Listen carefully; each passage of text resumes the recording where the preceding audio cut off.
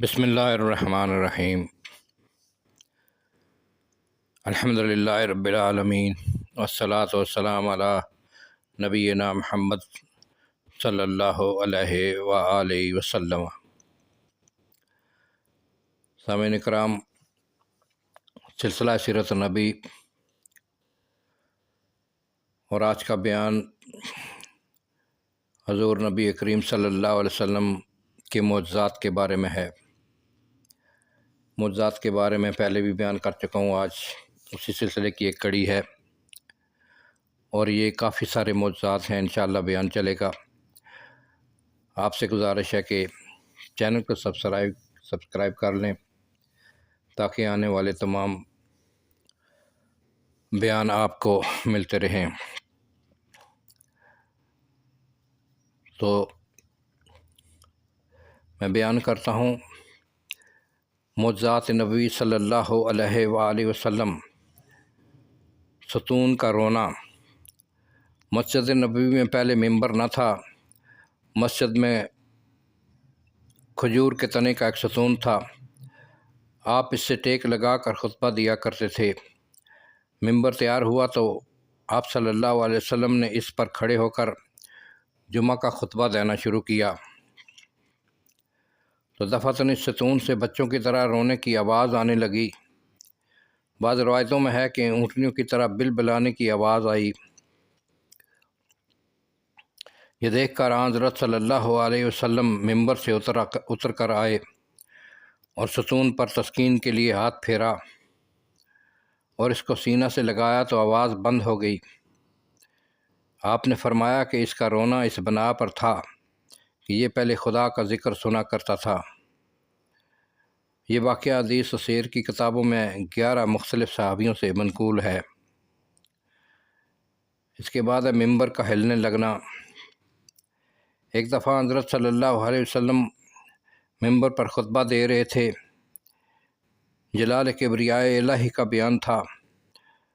آپ صلی اللہ علیہ وسلم خود بہت متاثر تھے۔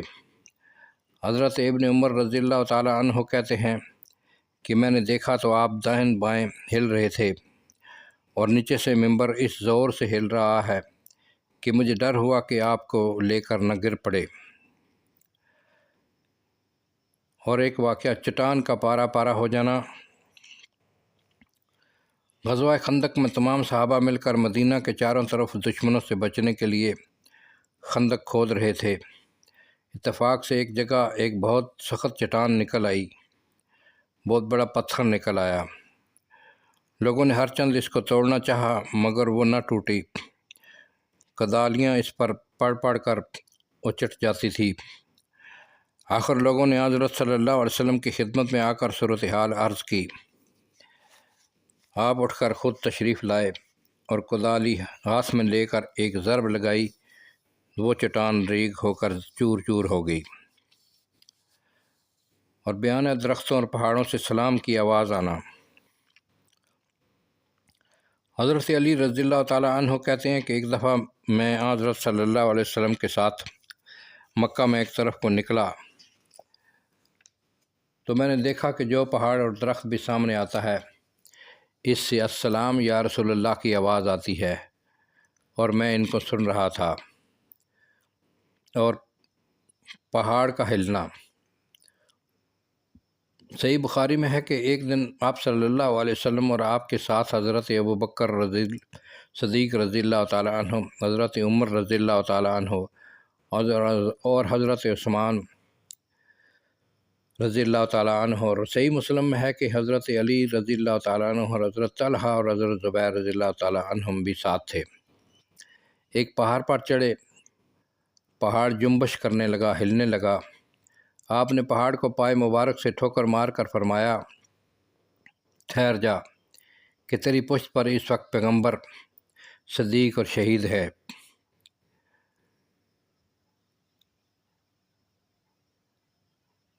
صحیح مسلم میں اور مسند احمد میں صرف کوہ ہرق اور ابو یعلا اور بہقی میں صرف کوہ احد کا نام ہے۔ بہرحال اگر کوہ احد تھا تو مدینہ کا یہ واقعہ ہے، اور اگر کوہ ہرا تھا تو مکہ کا ہے۔ پھر آپ کے اشارے سے بتوں کا گر جانا۔ فتح مکہ سے پہلے خانہ کعبہ میں 360 بتوں کا معبد تھا۔ جب مکہ فتح ہوا تو آپ کعبہ میں تشریف لے گئے۔ دست مبارک میں ایک چھڑی تھی اور زبان اقدس پر یہ آیت کریمہ جاری تھی، بسم اللہ الرحمن الرحیم، جاء الحق وزهق الباطل ان الباطل کان زہوقا، سورۃ بنی اسرائیل آیت نمبر 9۔ حق آیا اور باطل مٹ گیا، باطل مٹنے ہی کے لیے آیا تھا۔ آپ چھڑی سے جس بت کی طرف اشارہ کرتے تھے وہ بے چھوئے دم سے گر پڑتا تھا۔ یہ واقعہ کہ کعبہ کے چاروں طرف 360 بت تھے اور آپ دست مبارک میں چھڑی لے کر ان بتوں کی طرف اشارہ کرتے جاتے اور آیت مذکورہ تلاوت کرتے جاتے تھے، صحیح بخاری اور مسلم باب الفتح، فتح مکہ میں موجود ہے۔ ابن عباس سے روایت ہے کہ جب آپ مکہ آئے تو اس حالت میں خانہ کعبہ کے اندر بت تھے۔ آپ نے کعبہ کے اندر جانے سے انکار کیا تو آپ نے ان کے باہر نکال دینے کا حکم دیا تو وہ باہر نکال دیے گئے۔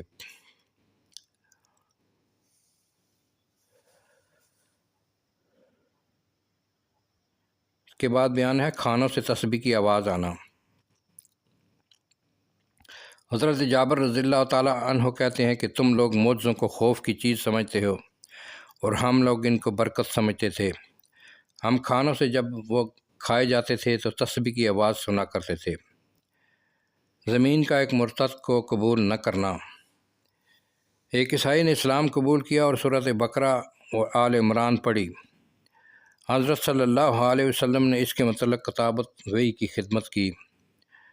چند دنوں کے بعد وہ مرتد ہو کر بھاگ گیا اور عیسائی ہو گیا اور مشہور کیا کہ میں نے جو کچھ لکھا ہے محمد اس کے سوا کچھ نہیں جانتے۔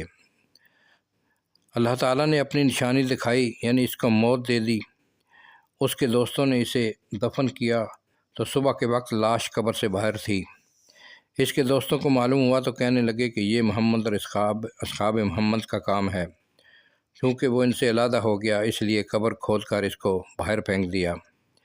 اس خیال سے ان لوگوں نے اب کی قبر بہت گہری کھود کر اس کو دفن کیا۔ صبح کے وقت پھر مردہ قبر سے باہر تھا۔ اب ان کا خیال پختہ ہو گیا اور کہنے لگے کہ یہ مسلمانوں ہی کی حرکت ہے۔ پھر جس قدر وہ گہری قبر کھود سکتے تھے کھود کر اس میں اس کو دفن کیا۔ صبح کو دیکھا تو پھر وہی منظر سامنے تھا۔ اب ان کو یقین ہوا کہ یہ آدمی کا کام نہیں ہے، یہ اللہ کا کام ہے، چنانچہ اس کو اسی طرح زمین پر چھوڑ دیا گیا۔ درختوں کا چلنا۔ ایک بار آپ سفر میں قضائے حاجت کے لیے نکلے۔ حضرت جابر رضی اللہ تعالیٰ عنہ پانی لیے ہوئے ساتھ تھے۔ آپ نے میدان میں ادھر ادھر دیکھا تو کوئی چیز آڑ کرنے کے لیے نہ ملی۔ میدان کے کنارے صرف 2 درخت تھے۔ آپ ایک درخت کے پاس گئے اور اس کی ایک ڈالی کو پکڑ کر کہا کہ خدا کے حکم سے میری اطاعت کر۔ وہ فرمان بردار اونٹ کی طرح آپ کے ساتھ ہو لیا۔ پھر دوسرے درخت کے نزدیک تشریف لے گئے اور وہ بھی اسی طرح آپ کے ساتھ چل پڑا۔ پھر آپ نے دونوں کو ایک جگہ جمع کیا اور فرمایا کہ خدا کے حکم سے جڑ جاؤ۔ دونوں باہم مل گئے۔ جب ان کی آڑ میں فراغت کر چکے تو پھر دونوں درخت الگ الگ اپنی جگہ پر آ گئے۔ اسی قسم کا واقعہ دوسرے سفروں میں بھی پیش آیا ہے۔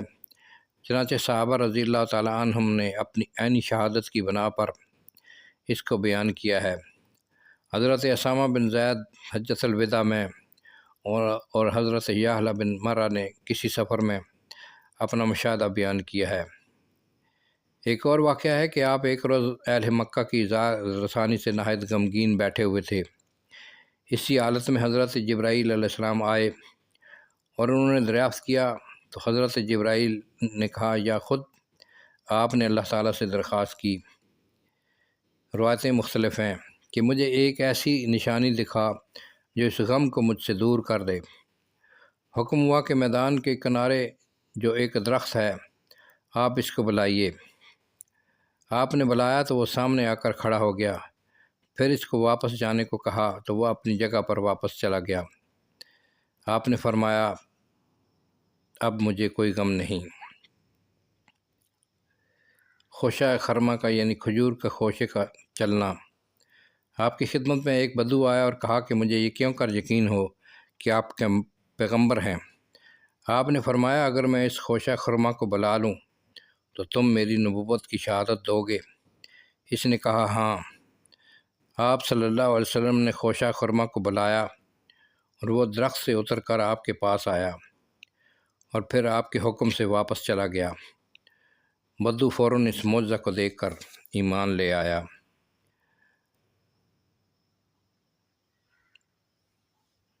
سامعین کرام، آج کی ویڈیو میں یہیں پر ختم کرتا ہوں۔ انشاءاللہ اس سے آگے اور بہت سے معجزات ہیں جو میں انشاءاللہ بیان کرتا جاؤں گا۔ آپ چینل کو سبسکرائب کر لیں تاکہ تمام بیان آپ کے پاس پہنچتے رہے۔ السلام علیکم ورحمۃ اللہ وبرکاتہ۔